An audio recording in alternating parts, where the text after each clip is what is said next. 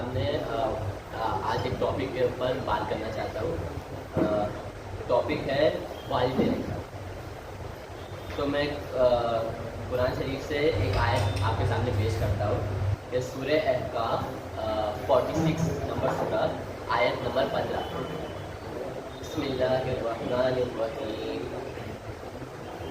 ووصينا الإنسان بوالديه إحسانا حملته أمه كرها ووضعته كرها وحمله وفصاله 30 شهرا حتى إذا بلغ أشده وبلغ 40 سنة قال رب أوزعني أن أشكر نعمتك التي أنعمت علي وعلى والدي وأن أعمل صالحا ترضاه وأصلح لي في ذريتي إني تبت إليك وإني من المسلمين. صدق اللہ العظیم.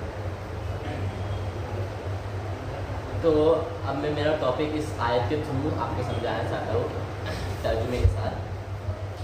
تو شروع میں اللہ کہتے ہیں کہ وہ وصینا الانسان بوالدیہ احسانا. اللہ کے ہم کو حکم کرتے ہیں انسان, یہاں پر اللہ مسلم نہیں کہہ رہے, مسلمانوں کو نہیں, ہر انسان کو حکم دیتے ہیں کہ اپنے والدین کے ساتھ نیکی کرو, اپنے والدین کے ساتھ نیکی کرو. اور یہ جب اللہ قرآن میں مسلمان کی جگہ انسان کہتے ہیں تو جب ہم مسلمان کا ایک کام ہوتا ہے کہ یہ بات ہر انسان تک پہنچائے. اللہ کہتے ہیں کہ وصینا الانسان بوالدیہ احسانا, اپنے والدین کے ساتھ نیکی کرو.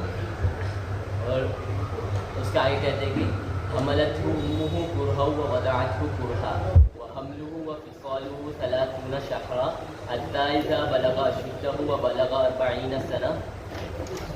یہاں پر اللہ کہتے ہیں مطلب اپنی والدہ مدر کے بارے میں اللہ کہنا چاہتے ہیں کہ کس طرح ہماری والدہ کا ہماری زندگی میں مطلب کتنا ہاتھ ہوتا ہے ہماری زندگی کے پیچھے, ہماری مدر کا.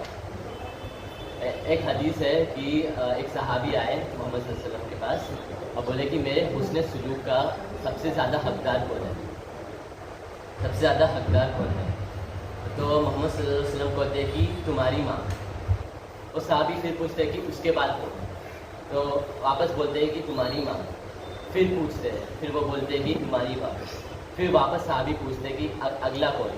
پھر نبی کریم بولتے ہیں کہ تمہارا باپ. اس سے ہم لوگ کو معلوم پڑتا ہے کہ ہماری ماں کا ہمارے باپ سے 3 گنا درجہ زیادہ ہے. یہ آپ پوچھیں گے کیوں 3 گنا زیادہ. وہ اس آیت میں اللہ نے بتایا ہے کہ ماں 3 ایک درد ہے, مطلب 3 سیکریفائس ہے جو ماں ہمارے لیے کرتی ہے, ہر انسان کے لیے کرتی ہے, جو ہم سب کی ماں نے کی ہے, ہم سب کے امیوں نے کیے ہیں. پہلا یہ کہ جب پریگننٹ ہو جاتی ہے تو 9 مہینے تک سارا درد مطلب سب درد کے ساتھ سنبھالتی ہے, ہم لوگ کو پیٹ میں رکھتی ہے, کوئی بھی درد ہوا سب مطلب سہن کر لیتی ہے. دوسرا ولادت کا مطلب ڈیلیوری کا درد. آج کل کے سائنس کے حساب سے درد اتنا شدید ہوتا ہے کہ مدر کی موت بھی ہو سکتی ہے. اتنے شدید مطلب درد کو سہن کرتی ہے, جب بیمار میں کی موت ہو سکتی ہے تو اپنے بچے کے لیے یہ درد سہن کر لیتی ہے. اس کے بعد تقریباً 30 مہینے تک اپنے بچے کو سنبھالتی ہے, اپنے بچے کو دودھ پلاتی ہے, اپنے بچے کو سنبھالتی ہے, اس کا سارا کام وہ سب اٹھاتی ہے.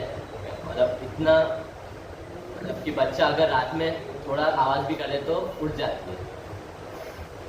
تو یہ جو 3 کام ہیں, یہ 3 جو یہ تو 3 سیکریفائسز جو ماں کرتی ہے, اس میں دیکھا جائے تو ہمارے والد کا کوئی مطلب وہ نہیں ہے, ہمارے والد کا کوئی بھی ہاتھ نہیں ہے, دیر از نو پلیس. بٹ اس سے یہ نہیں کہ ہمارا والد بھی کچھ نہیں ہے. اللہ کہتے ہیں کہ ہمارے ماں سے زیادہ اگر ماں 99% ہے تو ہمارے والد 100% ہے. والد کا درجہ ماں سے اوپر ہے, مطلب ایکول ہے, کہا جائے تو ایکول ہے. ایک حدیث ہے کہ صحیح حدیث ہے بخاری کی کہ والد اگر ناراض ہو جائے تو اللہ ہم سے ناراض ہو جاتے ہیں، اور اگر آپ والد کو خوش کر دیں تو اللہ ہم سے خوش ہو جاتے ہیں. تو اس میں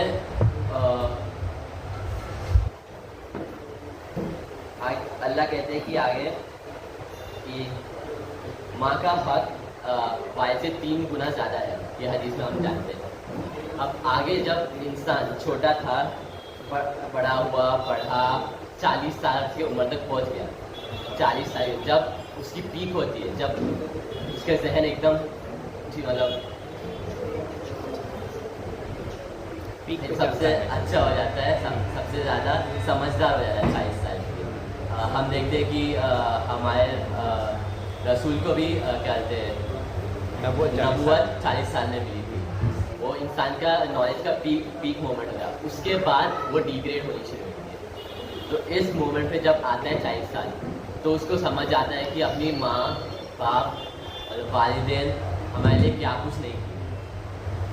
اس ٹائم یہ آیت کا آگے بتاتے ہیں کہ اللہ بتایا تھے کہ اگر یہ اولاد جو بھی ہے، یہ انسان اگر کہتے صحیح ہے صالح ہے، تو وہ دعا کرتی ہے اللہ سے کہ میرے کو اتنی طاقت دے، مطلب میرے کو توفیق دے کہ میں آپ کی شکر ادا کر پاؤں، اور میرے آفسپرنگ، میرے بچوں میں بھی جیسا میرے کو سمجھ آئی ویسی سمجھ میرے بچوں میں بھی عطا کر. یہ دعا انسان کرتا ہے.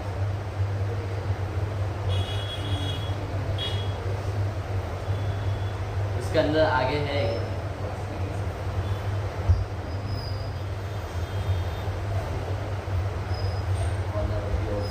ان اشکر نعمتک التي انعمت علی وعلی والدی وان اعمل صالحا ترضاه واصلح لي في ذریتی انی تبت الیک وانی من المسلمین. یہ ایک دعا ہے. اس پہ حدیث بھی یہ ہے کہ ایک صحابی ہے جو آتے اور اپنے بیٹے کی شکایت کرتے ہیں، تو نبی بولتے کہ یہ دعا سے آپ پناہ، مطلب آپ یہ دعا مانگا کرو. دعا ہے کہ آیت میں یہ دعا ہے ابی اصلح لی فی ذریتی انی تبت الیک و انی من المسلمین. اس میں یہ ہے کہ میری جو اولاد ہے ان کو نیک اور صالح بنا، جس طرح اور سمجھ دے جس طرح اللہ نے مجھے سمجھ دی. ایسا مطلب آپ نے جس طرح مجھے سمجھ دی اس طرح میرے بچوں کو بھی سمجھ دے.